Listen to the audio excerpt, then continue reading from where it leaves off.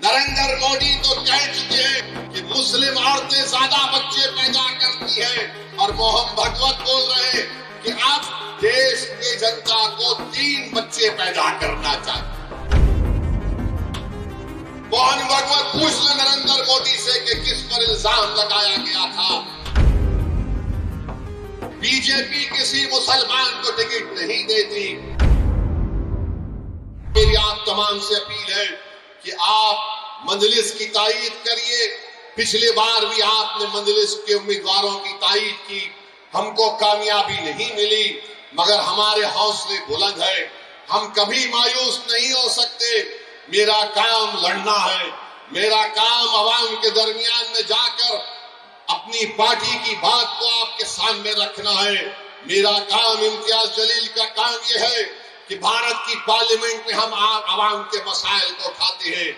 मेरे अजीज दोस्तों और बुजुर्गों, मेरी आपसे दबन गुजारिश है कि आप हमारे उम्मीदवार की तायीद करें, इनको कामयाब करें।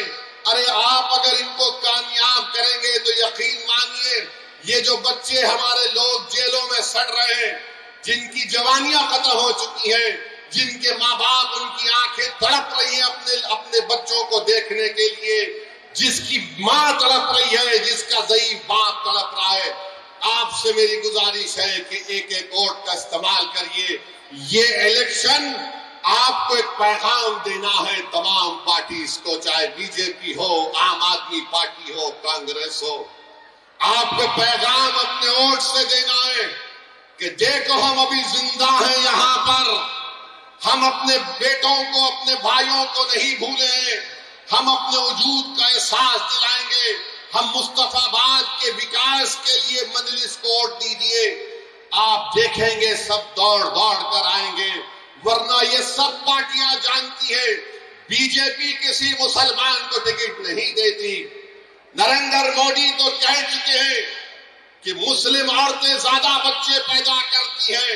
नरेंद्र मोदी तो कह चुके हैं कि मंगलसूत्र निकालकर मुस्लिम बहनों को दिया जाएगा, मगर नरेंद्र मोदी जो बोले आरएसएस के मोहन भागवत उल्टा कर दिए और मोहन भागवत बोल रहे कि अब देश की जनता को 3 बच्चे पैदा करना चाहिए।